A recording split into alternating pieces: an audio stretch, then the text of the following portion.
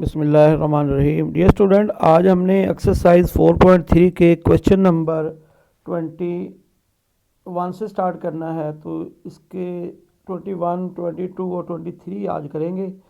तो इसका जो बी पार्ट है वो बराबर है 4x plus 7y minus 2 equal to 0। तो इसको आपने तीन फॉर्म में कन्वर्ट करना है। फर्स्ट फॉर्म ये है, फर्स्ट पार्ट इसका ये बनता है कि convert into slope intercept form. Slope intercept form क्या होती है बेटा, ये लिखी हुई है y is equal to m x plus c. Y एक तरफ, बाकी सारा कुछ एक तरफ करना है। तो फ्रॉम इक्वेशन नंबर 1 हमने 7y को इधर रखा, माइनस 4x को उधर ले गए तो माइनस 4x और प्लस का 2 बन के उधर जाके फिर इसको 7 से डिवाइड कर दिया तो y बराबर आ गया -4/7x प्लस 2/7y। ये बन गई इसकी इंटरसेप्ट फॉर्म, स्लोप इंटरसेप्ट, यानी y एक तरफ बाकी सारा कुछ एक तरफ। तो x का जो कोफिशिएंट है वो स्लोप कहलाएगा। तो m की वैल्यू आ गई -4/7 और c की वैल्यू आ गई 2/7। यानी स्लोप इंटरसेप्ट फॉर्म के लिए क्या करना है बेटा आपने कि y एक तरफ बाकी सारा कुछ एक तरफ कर देना है। तो आपने वो 7y एक इधर रखा, -2 और 4x को उधर ले गए तो 7y बराबर आ गया -4x plus 2।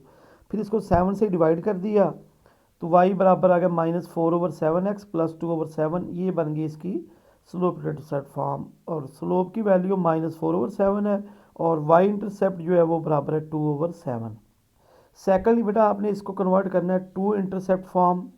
To intercept form बेटा ये होती है कि x/a प्लस y और b इक्वल टू 1 है। फ्रॉम इक्वेशन नंबर 1 हमने उसको लिख लिया 4x plus 7y equal to 2।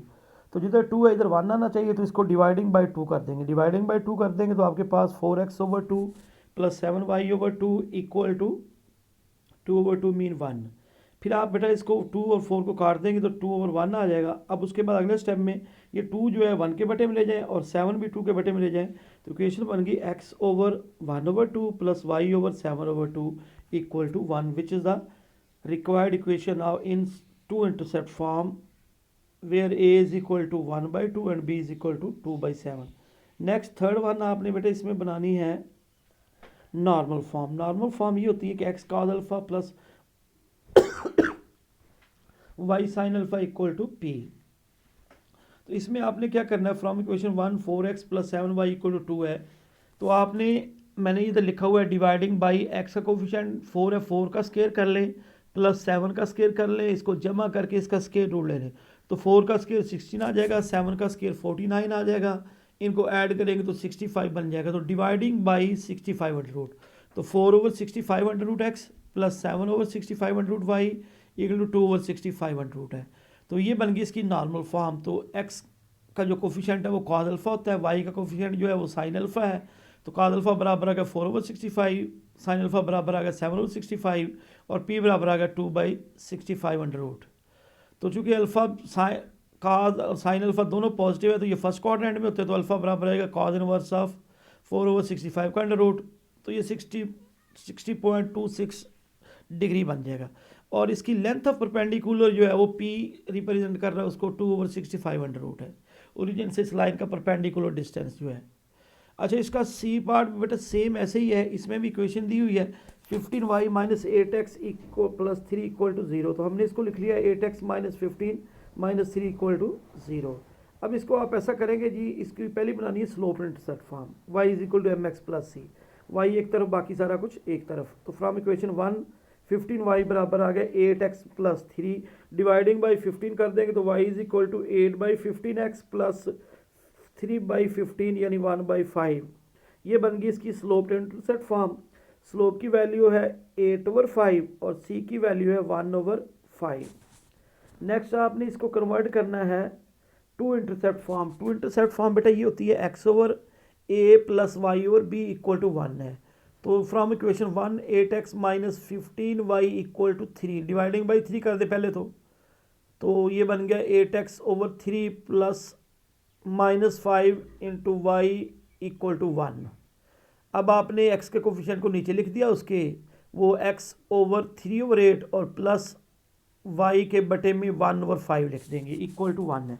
तो ये बन गई इसकी टू इंटरसेप्ट फॉर्म और a की वैल्यू 3/8 है, b की वैल्यू -1/5 है। थर्ड फॉर्म बनानी है आपने नॉर्मल फॉर्म। उसमें फिर आपने वही लिखा कि 50 from 8x minus 15y equal to 3। तो x कोफिशिएंट का स्केयर किया, y के कोफिशिएंट का स्केयर किया, तो 8 का स्केयर 64 है और 13 का स्केयर जो है वो 15 का स्केयर जो है 169 है, 225 है 15 का स्केयर, इनको ऐड किया तो 269 बन गया, इसको स्केयर रूल लिया तो 13 आ गया, हर एक ने हमको 13 से डिवाइड कर दिया, तो ये इसकी नॉर्मल फॉर्म बन गई है। एक्स का कोफिशिएंट जो है वो कॉस अल्फा होता है, वाई का कोफिशिएंट जो है वो साइन अल्फा होता है, और पी की परपेंडिकुलर डिस्टेंस जो है वो पी बराबर है 3/13। अब कॉस पॉजिटिव साइन नेगेटिव ये फोर्थ क्वाड्रेंट बनता है, तो alpha is equal to cos inverse of 8/13, या alpha is equal to 360 minus cos inverse of 8/13। तो इसको कैलकुलेट कर लेंगे, पी भी दिया हुआ है। नेक्स्ट क्वेश्चन नंबर हमारे पास है 22। इसमें दो लाइनें दी हुई है और इनको चेक करना है whether the line are parallel और perpendicular, for this we will find their slopes. तो बेटा देखिए स्लोप आपके पास ये इक्वेशन लिखी होती है ना, ये A X plus B Y plus C equal to 0, Y एक तरफ कर दे, एक्स का कोफिशिएंट स्लोप कहलाता है, ये फार्मूला समझ लें आप इसी तरह से। तो B Y is equal to minus A X minus C, तो Y is equal to minus A over B minus C over B, तो एक्स का कोफिशिएंट जो है वो माइनस ए ओवर बी है, ये स्लोप का फार्मूला बन गया। अब इसमें फर्स्ट लाइन का स्लोप फाइंड करना है। देखिए इसमें आपके पास है फर्स्ट लाइन का स्लोप करना है, तो एक्स ए की वैल्यू कितनी है, ए की वैल्यू जनाब 2 है और बी की वैल्यू 1 है, तो 2/1 आ जाएगा, -2 आ जाएगा इसका स्लोप जो है। बी का जो है वो -4/2, तो ये भी -2 आ गया। तो दोनों लाइनों के स्लोप बराबर आ गए, m1 is equal to m2 so the line are parallel. जब पैरेलल हो गई तो फिर परपेंडिकुलर चेक करने की ज़रूरत नहीं है। सेकंड इसका इसमें से आपने इसका सी पार्ट भी करना है। सी पार्ट है लाइन 1 जो है बेटा 2x plus 4y minus 1 equal to 0, और सेकंड लाइन है x minus 2y minus 7 equal to 0। Slope of line 1 जो है माइनस ए ओवर बी, तो -2/4 -1/2। Slope of line 2 minus A over b, x का कोफिशिएंट ए कहलाता है, वाई का coefficient B कहलाता है, तो -1 ओवर -2, ये 1/2 आ गया।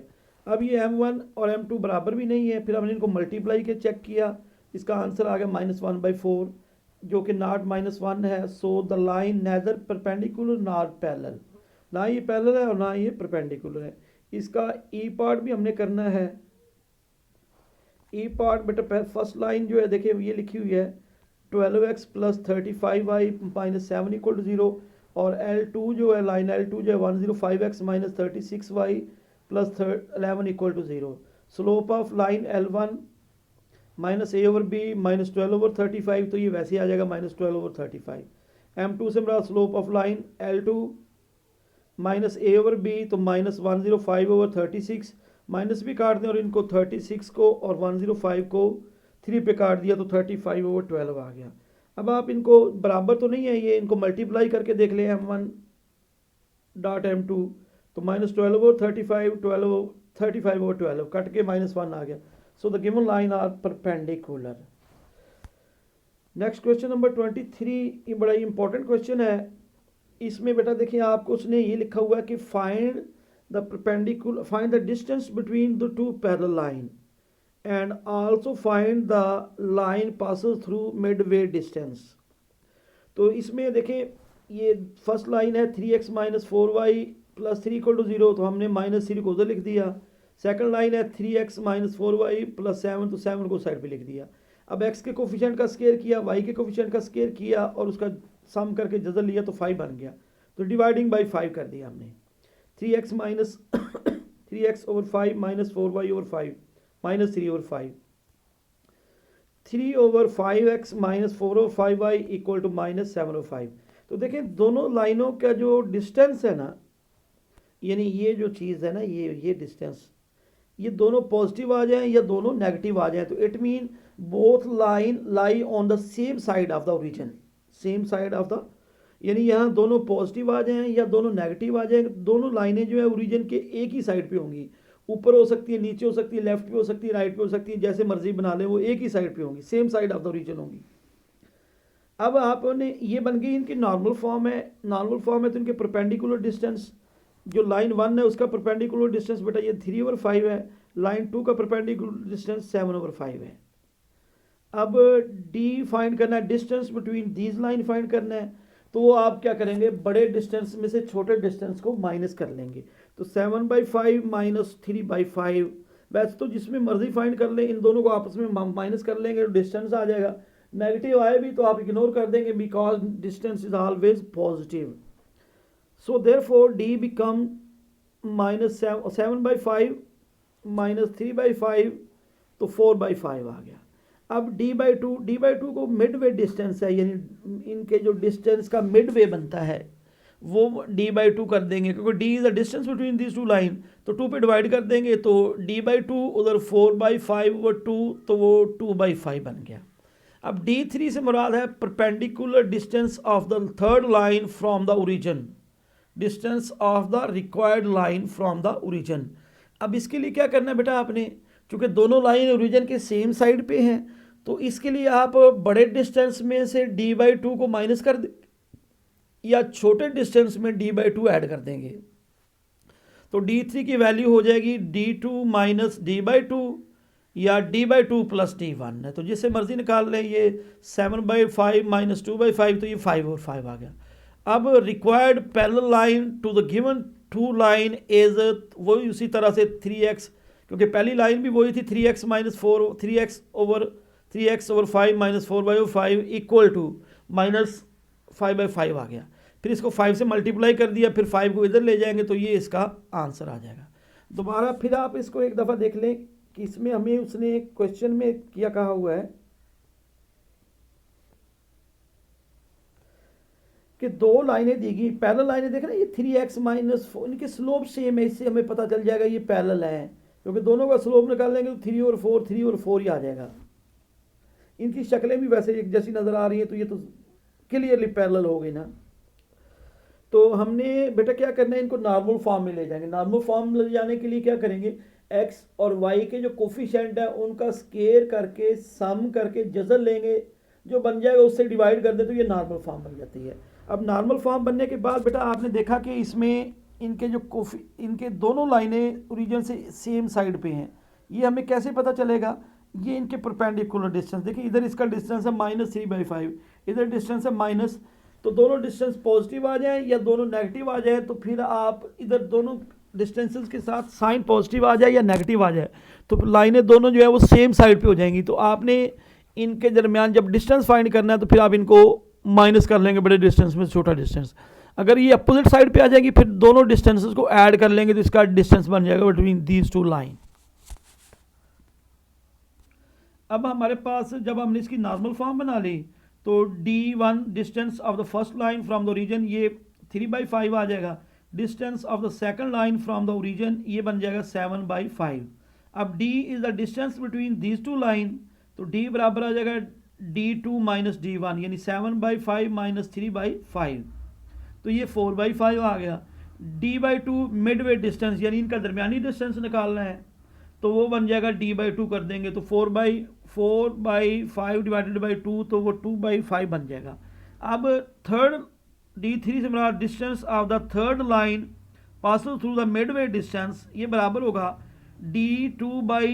d2 माइनस d/2 या d/2 प्लस d1, यानी इसमें आप बड़े डिस्टेंस में से d/2 माइनस कर देंगे या छोटे डिस्टेंस में d/2 ऐड कर देंगे, तो d3 की वैल्यू आ गई 5/5। So the third required line 3x/5 minus 4/5 equal to minus 5/5। Divide कर दें 5 पे, 5 से मल्टीप्लाई कर दें, फिर 5 को इस साइड लेफ्ट साइड पे ले जाएंगे तो रिक्वायर्ड इक्वेशन बन जाएगी 3x minus 4y plus 5 is equal to 0। ये d/2 बताया हुआ मैंने मिड वे डिस्टेंस के लिए यूज़ किया हमने। तो आज के लिए इतना ही काफ़ी है। ओके, अल्लाह हाफिज़।